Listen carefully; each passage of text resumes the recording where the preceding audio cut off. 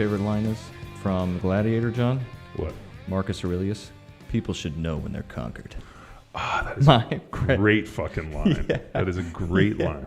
One of my pals would say that just moving people out of the bar or just like muscling your way to the front. That's good. People should know when they're conquered. Oh, man. Would you? I don't think Marcus Aurelius said that. Well, the old man. No, he didn't. That was when Maximus said it to him. And Marcus Aurelius looked at him and said, would you know when you were conquered, Maximus? Oh. Marcus Aurelius, the thinker, would never have made a definitive statement like right. that. Because being correct. Conquered of mind and soul and body, I mean, there's so many ways to do conquered. So, like, you know, knowing, and then the irony of Gladiator is Maximus never knows when he's conquered. And like goes as a slave, gets picked. I mean, that line is what is like Holy the deciding fact. Like, did you take some form of movie rhetoric class? No, but I'm not brain dead. I mean, but as a fan of read Marcus Aurelius Meditations, and you know, I hate to even use the term Stoic now because it's just been so fucking eviscerated within this Instagram. Oh, I thought you were going to say this town. No, what happens is a bunch of dipshits get up and they Google, Stoic quotes, and then they post some esoteric quote that, like, lets you think about, oh, this person's so deep, when in actuality they don't know what the fuck it means. But Marcus Aurelius Meditations, which I think I read in like 1996. And a gift from our pal George as well. Yeah. So we have that, and then the Cynics, which were before the Stoics, who weren't necessarily cynical. But there was a whole kind of evolution of a lot of this thinking. But in that deal, he says to him, people should know when they're conquered. And he goes, would you, Maximus? Would you know when you were conquered? And then that piece sets the entire trend of the entire movie of when he, when they're like, give me a soldier's death, and then he kills those dudes as like the blade sticks. And then he goes and he becomes a slave. Then he gets in, and then he fights his way up into the sands of, of the Colosseum. Takes that whole deal. I mean, he never knows when he's conquered. He even, when he gets stabbed and poisoned, still goes out and kills the dude and refuses to be conquered. Dude, so, I'm going to have to rewatch this now. Yeah, that piece, I mean, knowing the historical value. Now, obviously, there's a lot of fucking Hollywood, make-believe in there. But, I mean, the whole smashing the Germanic tribes, I mean, pretty amazing. And a really interesting parallel when he gets up there and he goes, why are we doing this? And he said, the glory for Rome. And he's like, but people in Rome never see the battles. They're in some far off land. Why are we doing this? And it was the idea of the most dangerous thing you can have. And actually our founding fathers wrote about this. One of the biggest dangers was a standing army. So our founding fathers never wanted a standing army, because a standing army, and you guys have heard, you create an army and you don't have battles for them to fight, then there becomes internal strife, and then that's when revolutions happen. And, if you're going to, have a coup or a revolution, it has to be with the strength of the army. The army has to support it. Like if somebody was going to overthrow the United States, they would have to secure the U.S. Army or an entity of larger size, like an army inside of an army. Like if you had a private army of 3 to 5 million people, that would be able to take, those individuals. So, but that was for the glory of Rome, that people in Rome wanted to know about the glory of Rome and how these things were going forth in this, and people would come back, but they never saw this. I mean, dude, the fact that they were fighting thousands of miles away in the Germanic tribes in Europe, why did Rome have to go that far? Why did they have to go to England? It's all for the glory of Rome. I have thought about that before. Like, we were taking a 2-hour train ride from Nuremberg to Munich, and I'm thinking, like, holy shit, hundreds of thousands of individuals have marched this train ride. And, like, that countryside in Germany is extremely beautiful. Mm-hmm. So, like, just imagining, and then, like, the movie Fury has the armies walking, and I'm like, holy shit, man. Like, thousands. We got it fucking easy. Well, I mean, so think about where Rome is in central Italy. They went up through the Alps, crossed the Alps, went through all that, came down through, went into Europe. I mean, if you go to England, there's a town called Bath, and they had Roman baths there. Luke and I stopped by there on one of our seminar romps. So just to see how far the Romans, I mean, there's still Roman roads that are being used to traverse daily. Like there was a whole, piece within a class I took talking about the genius of Roman engineering and the roads that are still in use today. So, I mean, all roads lead to Rome was their idea, that they had to create a really interesting road system. Hitler did the same thing, and that spurred here in the United States for us to do the exact same deal with creating infrastructure to create everything to be interconnected, with the highway system. So that came in response to what the Nazis have been doing, because we were playing catch up. So much so that if you guys ever want to Google some cool stuff, look at Operation Paperclip. There's books about that. Yeah, it's pretty fucking crazy that stuff. I haven't read. No, it's neat. But I think that was fun. Yeah, well, I mean, just talking about Gladiator and the historical significance, and really just what a interesting thinker. And I always think about this with Marcus Aurelius. He wrote that book as a personal memoir, and it survived. And I mean, it's one of just a handful. There's Seneca and a few others, but all that stuff happened in the moment, and very few of it was written down with a lot of these thinkers. So that's really good stuff. But let's get into some other really good stuff. I think we have some dope questions coming on the hotline. We do. So we have this deal called Power Athlete Radio Hotline, where listeners, people that follow Power Athlete programs, people that listen to this podcast, or generally follow us on Instagram, get to leave questions that relate to performance, training, nutrition, health, sleep, recovery, anti-aging, life, supplements, and occasionally some truck stuff, which I always really dig on. But I think we're going to hit some supplements. So who do we got today? We got a fun one. Ready? Let's do it. Power Athlete Radio.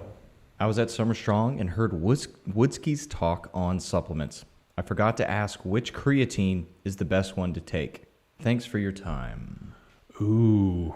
So for our listeners, Woodsky gave a presentation at Summer Strong 14, and rather than a philosophy stoic speech, he presented on supplements, and this is available online on Derek's website, ecobolic.com.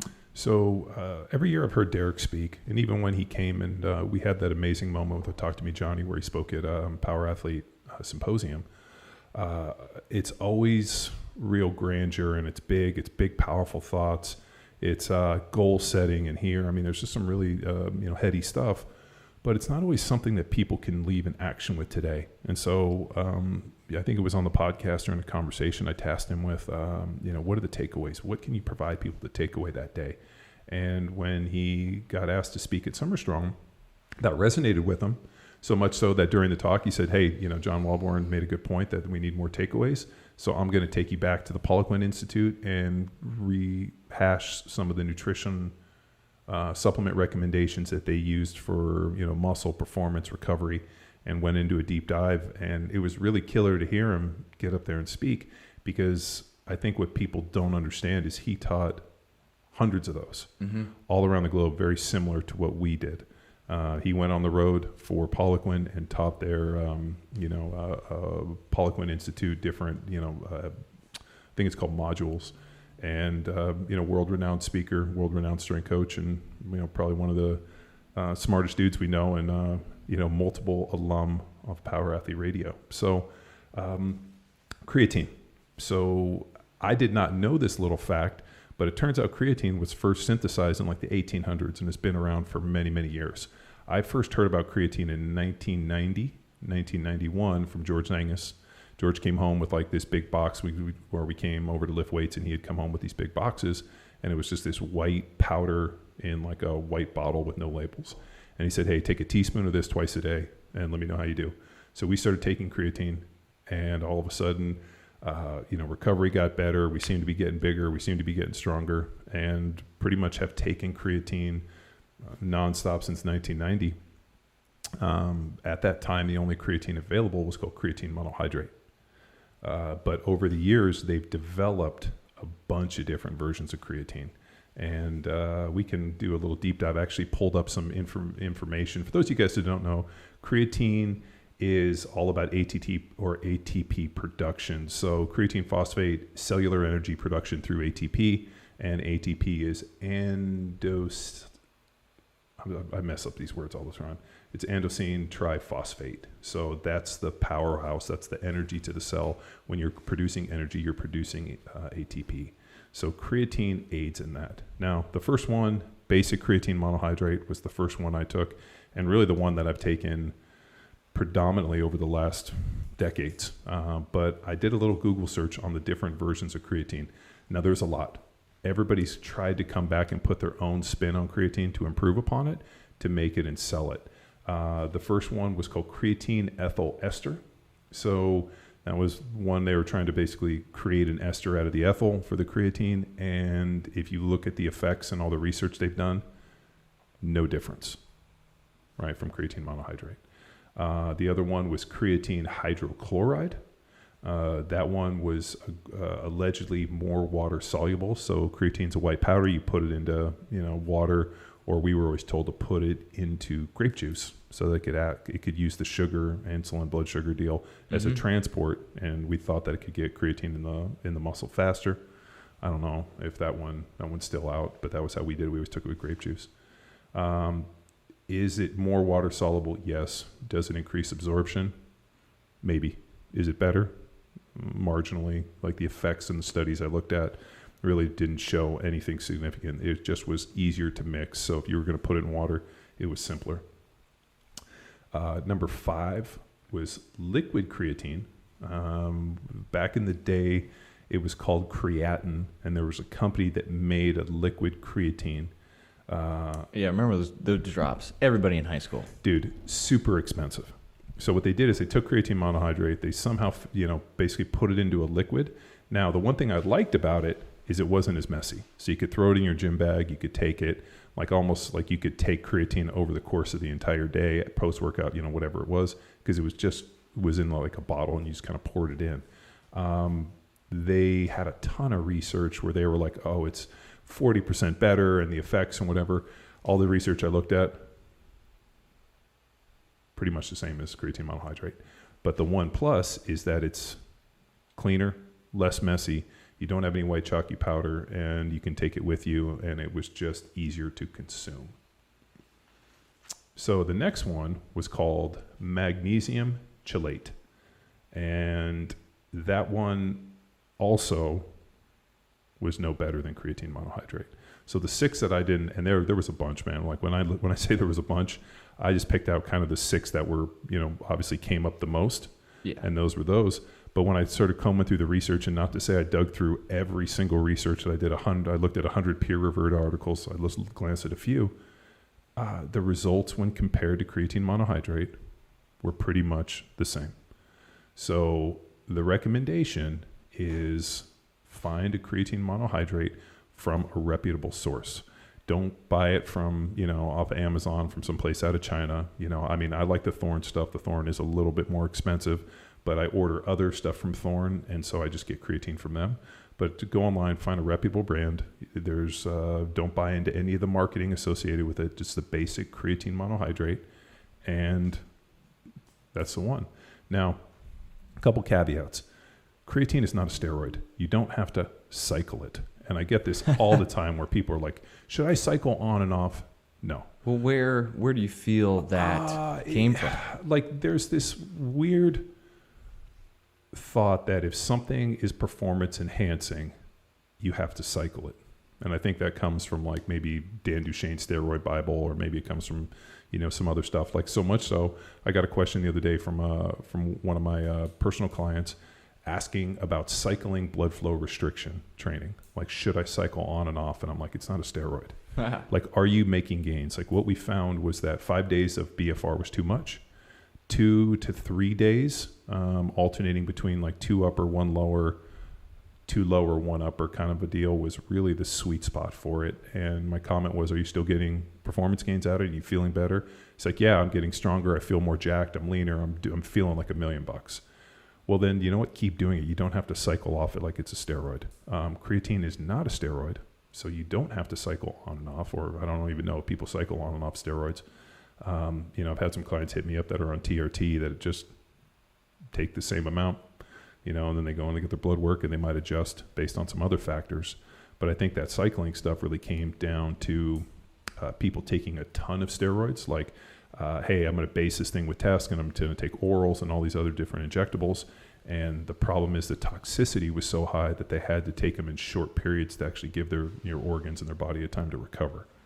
So creatine is not like this. It's not a hormone. It's not messing you up in any way.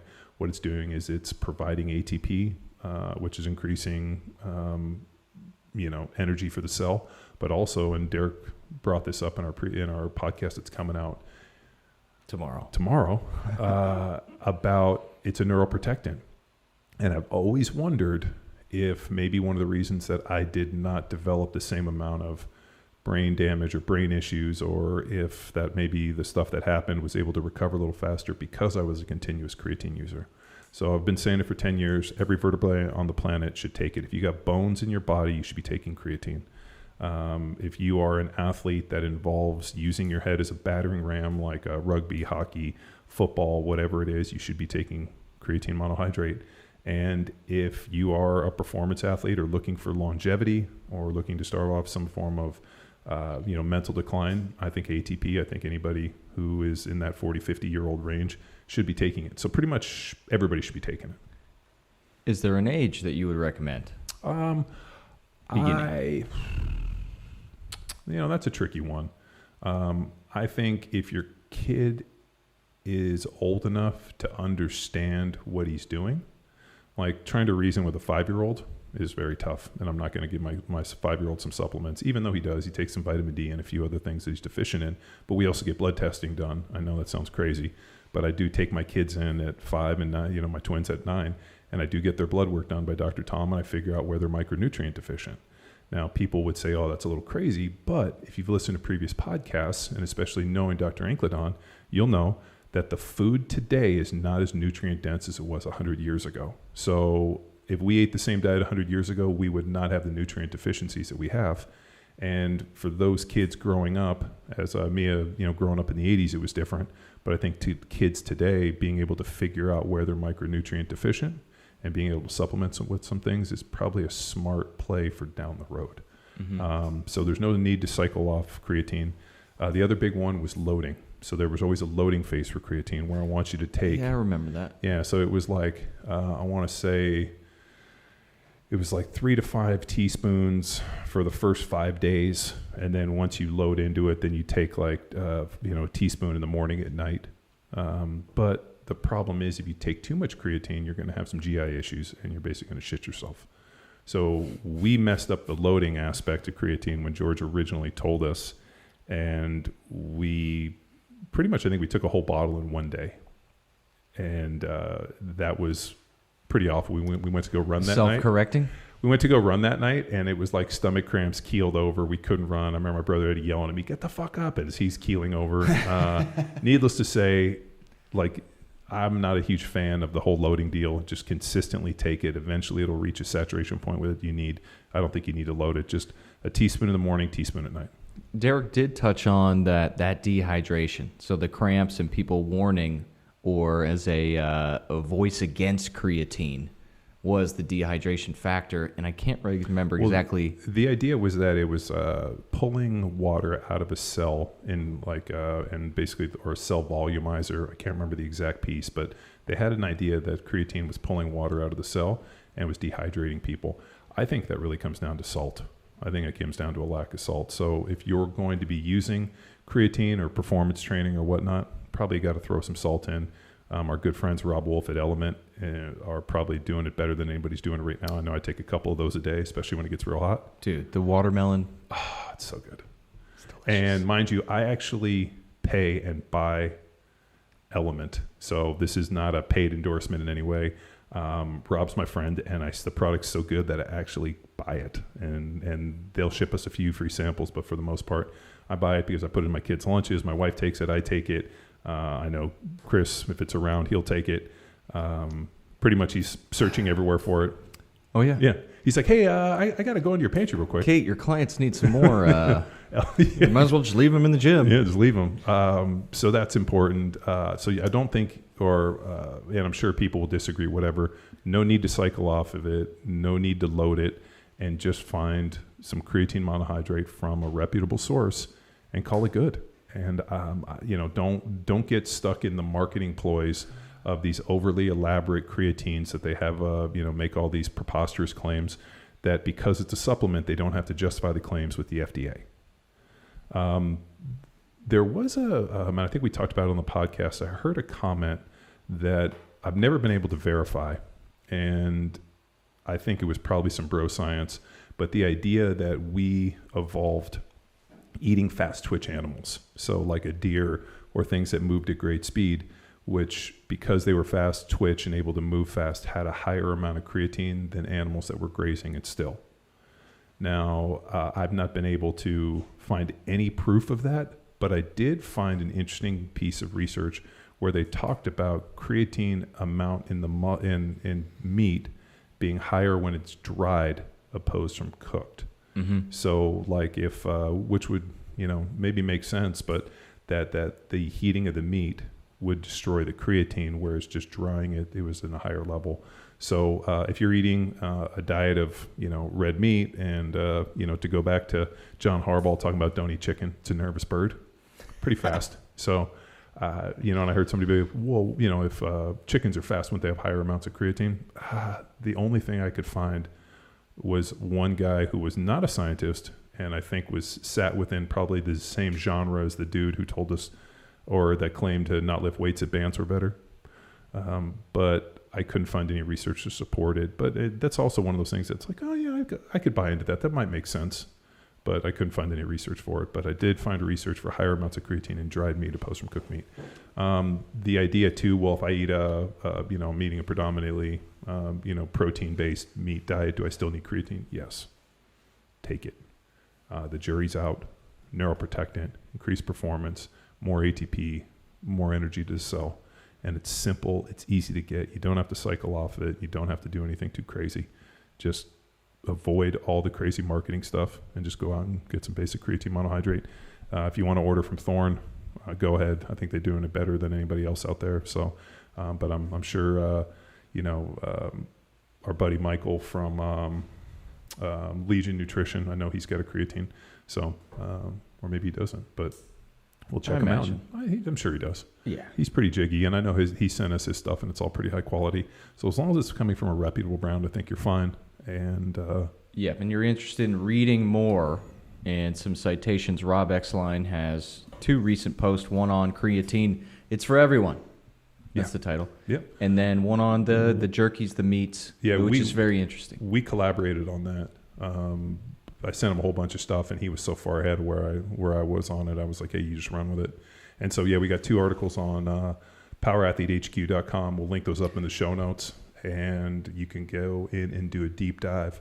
But at the end of the day, don't listen to anybody that's talking about creatine being a steroid, or that you have to cycle on and off and load. It's not. It's just.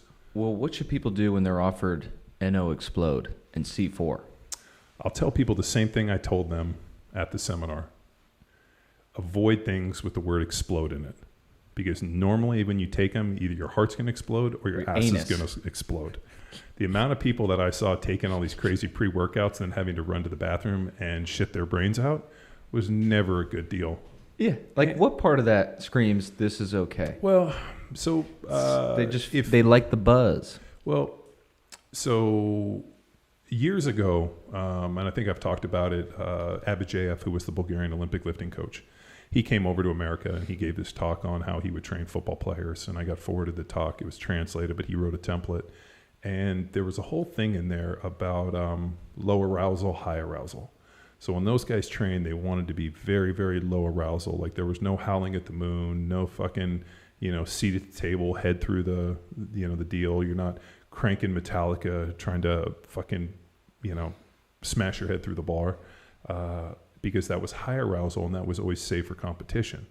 So I figured out that you can only have so much, I guess you could say, high arousal a week. And for me, I wanted to save it for Sunday. So I tried to be very even keel, very relaxed. I never took any pre-workout or anything crazy before going out to practice because I wanted to be very even keel, very technical, very, aware of what's happening in a learning state.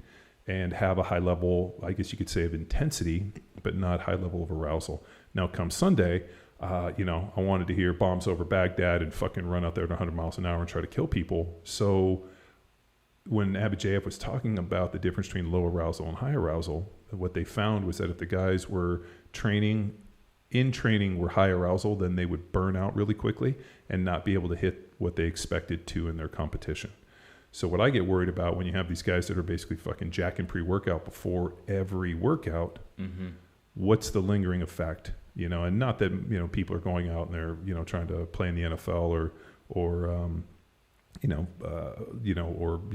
set PRs or, win medals with Olympic lifting. But, if you're thinking about high school kids or college kids that are, using performance and training for a certain task, that I think if you go to that well too often, when you need it, it's not going to be there. So if I was you guys, I would avoid anything that looks like NO Explode. I would avoid the pre-workout and just save the pre-workout from when you need that little bit of superpower. Asked and answered. Asked and answered. So if you got questions, please leave them. We have this hotline. We talked about it earlier, 929-464-464. 929-ING-ING-0. And we are Power Athlete Radio. I'm John. This is Tex. And thanks for tuning in to another episode. Yeah. Bye. And, before we go, we need some ratings. If you enjoyed and found this infotaining today. God damn it. How come I always forget to ask for people to go and smash the 5-star likes? Yeah. Give us a 5-star or type up a clever review. And if you type up a clever review and leave us a 5-star, there's a good chance that we'll read it on the podcast. Why, are there any good ones here? Do we get any good ones? I don't want to read it. I think our the person that's taking over Skynet will love to read it eventually. Oh, Chauncey? Chauncey. You think Chauncey will read it? I do. Awesome. Well, guys, tune in for Chauncey. Look for our reviews. If you enjoyed this podcast, recommend it to your friends and go on and smash a 5-star review anywhere that you can review and listen to and digest your podcast. Boom. I'm a loaded freight train and I'm right on track. I'm